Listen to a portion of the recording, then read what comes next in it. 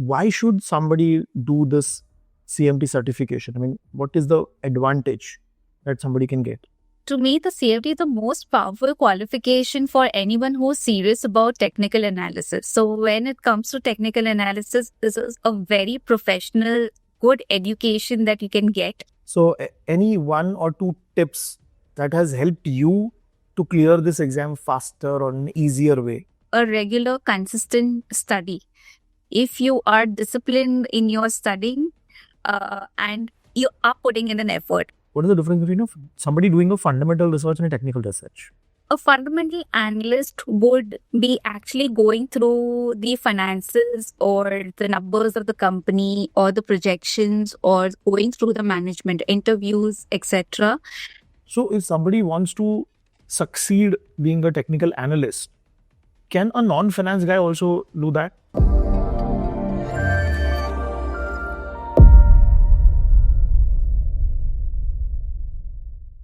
Hello guys, I hope everybody is doing good. Hi, this is Ganesh Nayak. I help finance professionals and students to excel in their career and become a better version of themselves. And I also help students who are preparing for competitive exam in finance like CFA, FRM, CIA, and SCR. And as a part of that support, we also do podcasts with a lot of people from the industry trying to understand what are the different scope, different skill set, different career opportunities that you need to enter into finance and make a career in finance. And today I'm with Forum Chheda, and we're going to be having a quick discussion of the exciting area of technical research, okay, and also what has been her journey into this space. So Forum, first of all, thank you very much for taking out time and talking to us. And I know you have a huge experience into this specific area of technical analysis and research. If you can enlighten us, what has been your journey till now? Oh, well, first is thank you very much for having me. It's really, I feel good and I feel very excited when it comes to talking about technicals also. So, well, to start off with, since as you introduced that I'm a CMT and now I am a founder of Chart Analytics as well, which is a research company based in Bombay or rather Mumbai. And well, I provide research on Indian markets as well as US markets. And now I'm just stepped into the UAE markets as well. So that's professionally what I'm doing right now. But to begin with my career, how it started off on technicals, well, it's from an analyst to founder wasn't like planned at all. It eventually, naturally, like over time, it shaped up. So I actually began my journey in 2010, and actually I was working for a branding company, which was more into manufacturing, or rather manufacturing come branding. I would put it across that way, and that's where actually I saw my friend who was already learning technicals and had lots of books actually on technical analysis and markets over there. So that's actually where my curiosity started to kick in and I started reading books. So the first book on technicals, in fact, I read that is of Dr. C.K. Narayan, that is Aditya Iyer's dad. So yes, Ideal for Beginners on Technicals. So that was the first book I started reading on technicals. And then I started reading different books by Trading for a Living by Alexander Elder and then Technical Analysis Explained by Martin Pring. So these books then opened up a completely new world for me. And it made me feel that maybe this is something I would really like to take it up as a profession. So while I was exploring the field further, I came across CMT program, which the association formerly was known then as MTA back then in 2013. So that came the turning point. I took up internships and then began my career as an equity advisor. So that's because without experience, it was difficult to get hired as a research analyst. But even as an equity advisor, there were lots of opportunities for me to even look into the studying charts, researching, etc. So working with clients, interacting with them, like didn't really build confidence into me. It turned out to be more of a learning experience. And that's where actually the organization also observed it, that it's adding value to their customer service. So that's when, and then I was appearing for CMT level 3. I cleared my level 3, and immediately the company that I was working for promoted me as a technical research analyst. And that's where the entire real journey began. So, Okay, very good. I'm sorry. Interesting. Interesting. So now, Yes. sorry. Please continue. No. So just over the years, that's how the journey of technical analysis or as an analyst it began for me. And after getting an experience with different companies and an analyst, or even as finally, I ended up the last job which I did was as a head of trading desk for an AI fund. And then it was time for me to shift and run my own research. Wonderful. And now, if I just slightly move towards your CMT credential, why should somebody do this CMT certification? I mean, what is the advantage that somebody can get? Oh, well, actually, to me, the CMT is the most powerful qualification for anyone who's serious about technical analysis. So, when it comes to technical analysis, this is a very professional, good education that you can get from the CNT program. So, it gives you very structured and a global framework to understand the price behavior, the momentum, the market psychology, the risk management, which normally you would have in like CFA, FRM as well. But even CMT program does provide in sync with your technical analysis. So for me, the biggest reason to pursue CMT is that transforms your thinking. You stop looking at charts as patterns, start understanding the logic behind these patterns. It builds clarity, more discipline, I would say. And I think someone who feels that, it's fundamental is not that something they're looking at, but they want to be part of the market. Technical analysis is another complete different world where it's, the curiosity builds in when you start looking at charts. So, according to me, this is somewhere one can just elevate their technical skills, strengthen their career prospects, or even simply bring the most structure and the depth of your analysis of CMT. So, it's absolutely worth pursuing it. Okay. And since you've cleared the three levels of it, so any one or two tips that has helped you to clear this exam faster or an easier way? Faster way, I would say, is a regular, consistent study. If you are disciplined in your studying and you are putting in an effort, be it the smallest effort you can put in every day. But, and of course, when you are doing CMT and you put that implementation into the real world, and currently with the technology, you can see live charts. You have so many different software which are freely available as well. So, according to me, when these things are available, you learn, you implement, and you realize it's right or wrong. You can easily do that. So, I would say that discipline and consistency are the two things that can help, which has helped me, of course. And maybe it is, people keep on saying, everybody might be saying the same thing, but it has actually worked for me because I was working and I was studying. It was rather the routine was you get up, you study for 2 hours, then you go to work, you come back, you study, your day ends. So that has really helped. So it was consistency and discipline. I think two things can help you. Okay, wonderful.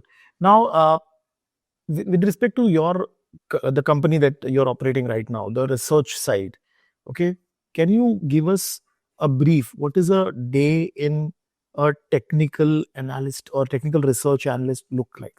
I would say there are different roles that actually play when it comes to, as a technical analyst. Now, it could be like a trader, one a technical analyst, and a technical research analyst. So Okay. when it comes to me as a trader, so trader could be more, in the front of it's very time sensitive job, I would say, where execution and timing plays a very big role.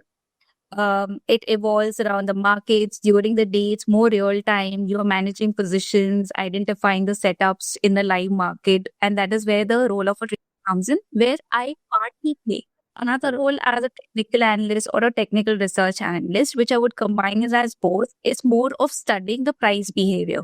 It doesn't only involve just a every day doing the same job, but it is you have been doing research, and that research is not only on that one stock, but probably you're looking at different time frames also, that you looked at from first a very long term picture, then you break it down into maybe a little intermediate term, and then you move it to a short term. So you have different time frames to analyze also. That doesn't only involve looking at charts, but different parameters, indicators, the RRG, or you have a top-down approach of analyzing. So that entire research process is a very, I would say, a lengthening process that involves. And that is something I do when I'm providing research to clients or HNIs, for example. Maybe as a Okay. trader, when I have retail clients, it comes as being taking up a little bit of a trading cap.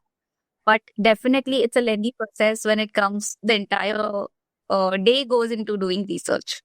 And what is the difference between now? I'm asking this from the layman perspective. What is the difference between somebody doing a fundamental research and a technical research?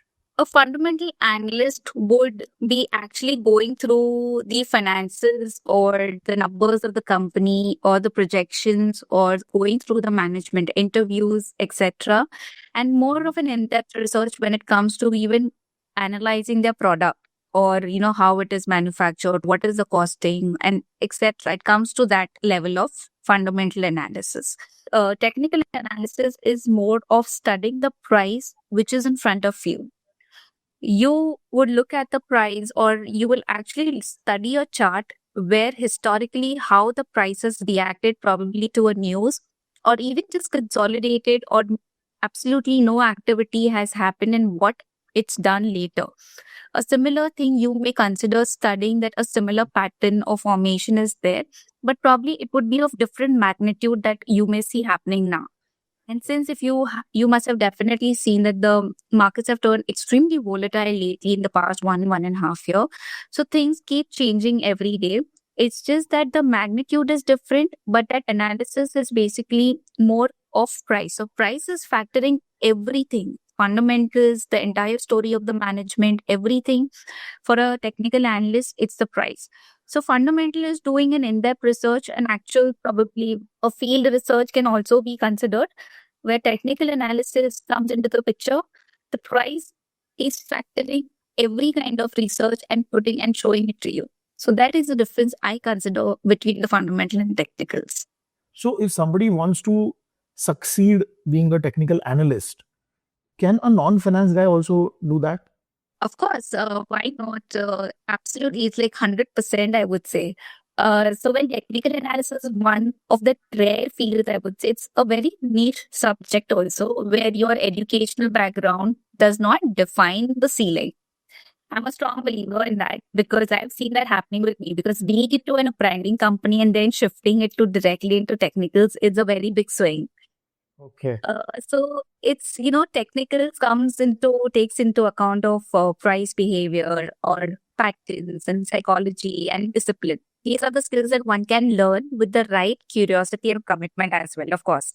So sometimes in non-finance students being pressure, the perspective in fact would be different. And maybe sometimes it becomes like, I might be from a corpus background, but even from different subjects or different fields, it's a new perspective that you may get. And you may wonder that, oh, yes, that is a possibility as well. So I don't think the markets really ask for a degree. They only respond to your discipline and effort and the ability to read the price or any kind of analysis more objectively. Okay. Now over here, I have one question which is just came to my mind, that some generally when we look at analysts, so they either recognize themselves as a fundamental or technical. Do you find people in the market who, before taking the decision, that means they're very good in both, fundamental and technical both, and they use both of them to take the decision? Correct.